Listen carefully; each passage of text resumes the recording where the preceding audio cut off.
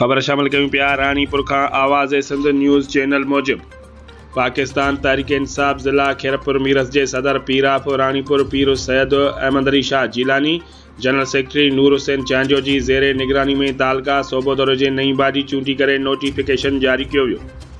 उन मौक़े ते ज़िला खैरपुर जो सदर पीर सैयद अहमद शाह जैलानी जनरल सेक्रेटरी नूर हुसैन चánडियो चूंडेल عہديدارن तालका सदर Fayaz Hussain Abbasi general secretary Agha Najaf Marri senior vice president Irfan Ali Shahani vice president Sajjad Ali Memon general secretary Mir Khan Manganejo joint secretary Imamuddin Abbasi finance secretary Irfan लेल सैनिटर vice secretary Aqeel Shah vice president Asif Ali Channa Zaman Ali Sahito Nematullah Solangi and general secretary Rasool Bakhsh सहतो joint secretary Fayaz Mohsin Solangi information secretary Majid Ali Mangi के मुबारकबाद पेश कई।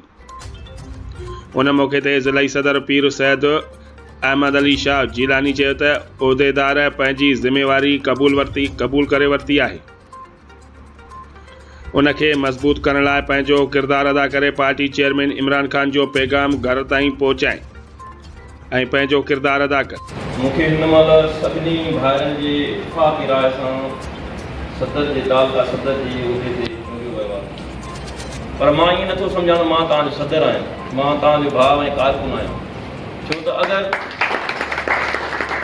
अगरि जे मूं में थोरी बि अञा अची वई त मां सदर आहियां, बाक़ी ॿिया वर्कर आहिनि ऐं उहे मूंखां हेठि उहिदे ते आहिनि, त इहा सम्झो त ख़ुदा ताला खे बि मंज़ूर न आहे। छो त शैतान सिर्फ़ु जेको आहे जॾहिं ख़ुदा ताला चयसि त तूं हज़रत आदम खे सजदो कर त हुन अञा कई त मां त जेका छा त नालो बाहि मां पैदा थियल आहियां, मां कीअं मिटीअ खे जेका सजदो कयां, कीअं चयो त मां वियो आहियां।